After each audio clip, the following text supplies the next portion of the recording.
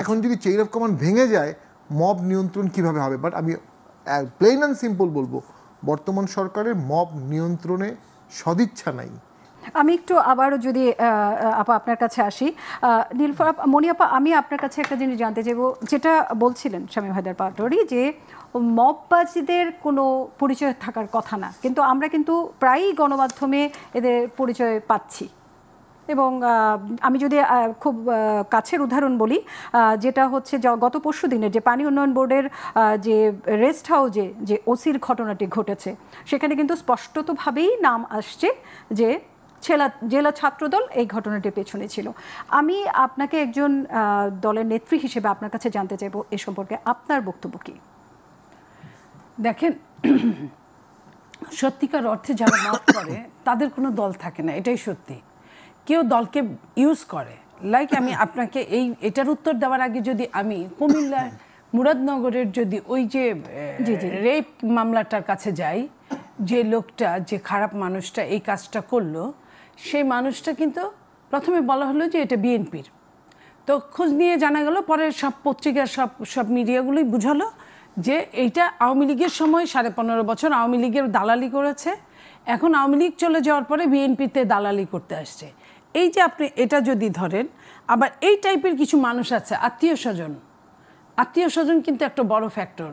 মনে করেন যে কিছু ব্যক্তি আছে, তার কয়েকটা সন্তান থাকলে এক এক সন্তানকে এক এক দল করতে পাঠায়, যারা এই মবকে তারা যারা পছন্দ করে এবং যাদের আর কোনো ইনকাম নাই, এটাই ইনকাম, তো সেটা করেই তারা চলতে হয়। তখন তারা কি করে, যে সরকার যখন আসে সেই সরকারের দিকে ধাবিত হয়, অন্যগুলোকে সেভ করে কিংবা অন্যগুলোকে নিয়ে যায়। এবং এই যে আপনি যে কথাটা বললেন, হতে পারে, আবার খোঁজ নিয়ে দেখা যাবে যে আপনারা যদি চিহ্নিত করতে পেরে থাকেন যে তারা আপনাদের দলের বা দলের না, তাদেরকে যখন বহিষ্কার করে দিচ্ছেন, কিন্তু তাদেরকে আইনের আওতায় কেন আনা হচ্ছে না? আপনি, এটা তো আমাদের না, আমরা তো সরকারে নাই। খেয়াল করেন, আমরা বিরোধী দলেও নাই, আমরা সরকারেও নাই। এখন যে সরকার আছে, আমাদের নেতা জনাব তারেক রহমান সাহেব তাকে বারংবার করে জাতির মাধ্যমে, জাতির উদ্দেশ্যে কথা বলার সময় বলছে যে আমি তো সর্বোচ্চ আমি বহিষ্কার করতে পারি, এর বাইরে আমার আর কোনো ক্ষমতা নেই এই মুহূর্তে, এই মোমেন্টে। বাট সরকার এটা আইনের অনুশাসন যদি চালু করে, তাহলে মানে উল্লেখযোগ্য কিছু ধরপাকড় করলে, উল্লেখযোগ্য কিছু শাস্তি দিলে, তাহলে কিন্তু আর এই জিনিসটার আপনার বারবার হয় না, মানুষ কিন্তু সচেতন হয়ে যায়। আপনি খেয়াল করেন, স্বরাষ্ট্র উপদেষ্টা যখন রাত 3টার সময় মিটিং ডেকে বললেন সাংবাদিক সম্মেলনে যে দেশ আগের চেয়ে ভালো আছে, কিন্তু তার রাত 3টার সময় সাংবাদিক সম্মেলন করার অর্থ কিন্তু বুঝে যাওয়া হলো যে দেশ খুব খারাপ আছে, নইলে রাত 3টায় তো প্রেস কনফারেন্স করার কথা না।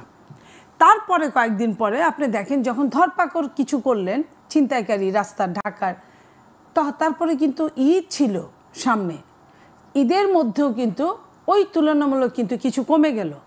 এই যে শাস্তির আওতায় যখন আনবেন তখন কমে যাবে।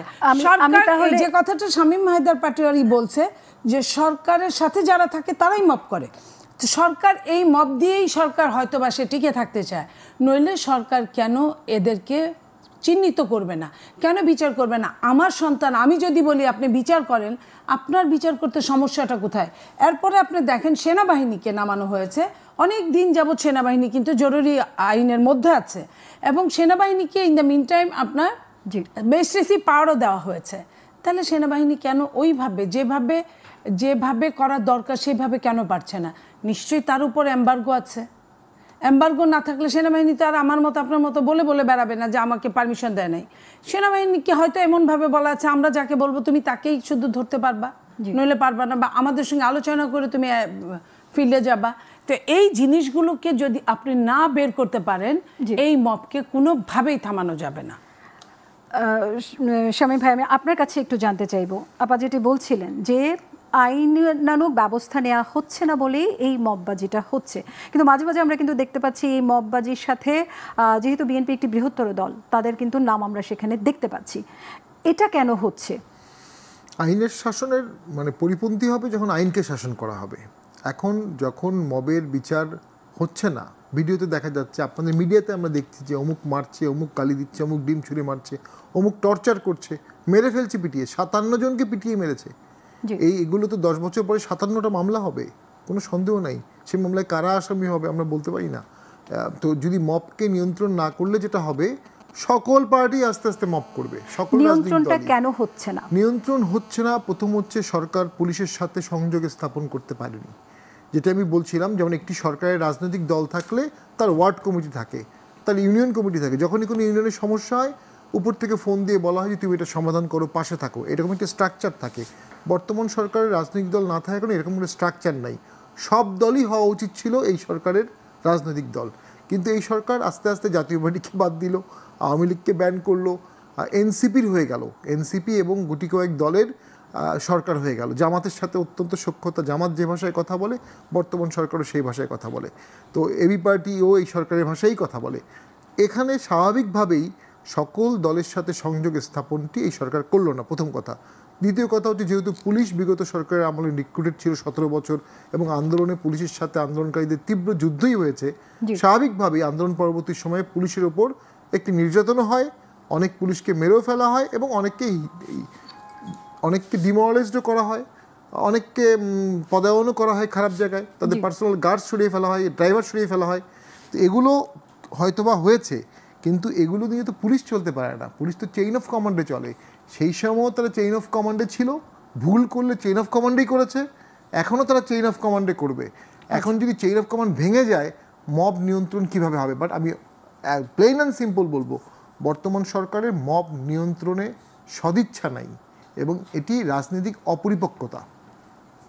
কিন্তু এই সদিচ্ছাটা কেন নেই মনিয়াপা? আমি যদি আপনার কাছে জানতে চাই যে কেন সরকারের এই সদিচ্ছাটা নেই। দেখেন, এটা এক কথায় এই জবাবটা দেওয়া যাবে না। তারপরেও আমি যেটা বলি, কারণ আমি তো আধ্যাত্মিক জগতের কেউ না, আমি হিসেব করে বলি 2 আর 2 যোগ করলে 4 হয়, কখনো কখনো 5ও হয়, এটাও হতে পারে। তো এখন এই সরকার কোনো ইন্ডিভিজুয়াল টাইম মেনটেনেন্স করছে না, তার মবকে দরকার। এই টাইম মেনটেনেন্স না করার জন্য আপনি খেয়াল করেন একটা জিনিস, সরকার প্রধান বললেন যে আওয়ামী লীগকে কোনোভাবে নিষিদ্ধ করা যাবে না। লাস্টে কিন্তু নিষিদ্ধ হওয়ার কয়েকদিন আগে এই কথাটা বললেন। তারপরে কি হলো, এক ধরনের আন্দোলন তৈরি হলো। আমি মব বলবো না, আমি আন্দোলনই বললাম। আন্দোলন তৈরি হলো, এনসিপি এবং জামাত মিলে দখল করলো সরকারের বাড়ির সামনে, যেখানে কিনা 144 ধারা জারি করা। সেইখানে সরকার 144 ধারা ভঙ্গ করার জন্য শাস্তি দিবে কি, শাস্তি না দিয়ে তাদেরকে পুরস্কারের ব্যবস্থা করলো।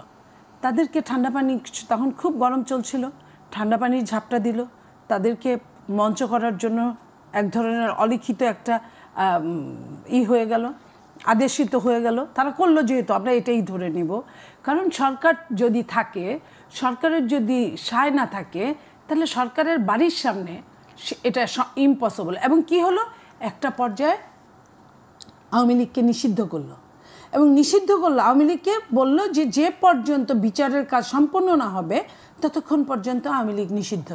বেশ ভালো কথা, আওয়ামী লীগ নিষিদ্ধ করলো। ব্রিটেনে যখন গেলেন সরকার প্রধান, তাকে যখন খুব চাপিয়ে ধরে প্রশ্ন করা হলো, সাংবাদিকরা প্রশ্ন করলো, তখন উনি আবার বললেন যে না, এটা নিষিদ্ধ না, এটা স্থগিত। স্থগিত এবং নিষিদ্ধের মধ্যে কিন্তু অনেক পার্থক্য আছে। তাহলে প্রথম দিনই কেন এই বাংলাদেশে কেন রায়টা এমন শোনালো না যে আওয়ামী লীগ স্থগিত হয়ে আছে, আওয়ামী লীগ স্থগিত হয়ে আছে, এটা কিন্তু বলা হয় না, নিষিদ্ধ হয়ে গেছে, নিষিদ্ধ হয়েছে। তো এই যে সরকারের যে এই এক ধরনের ছল চাতুরি, এই ছল চাতুরি কিন্তু পলিটিক্যাল সরকার করলে আমি মনে করতাম যে হ্যাঁ, এটা করতে পারে। কিন্তু নন পলিটিক্যাল সরকার এই ধরনের ছল চাতুরি করার অর্থ হচ্ছে সরকার যে কোনোভাবে টিকে থাকতে চান, যে কোনো সমস্যা সৃষ্টি করে টিকে থাকতে চান। মবটা হচ্ছে একটা সিরিয়াস সমস্যা।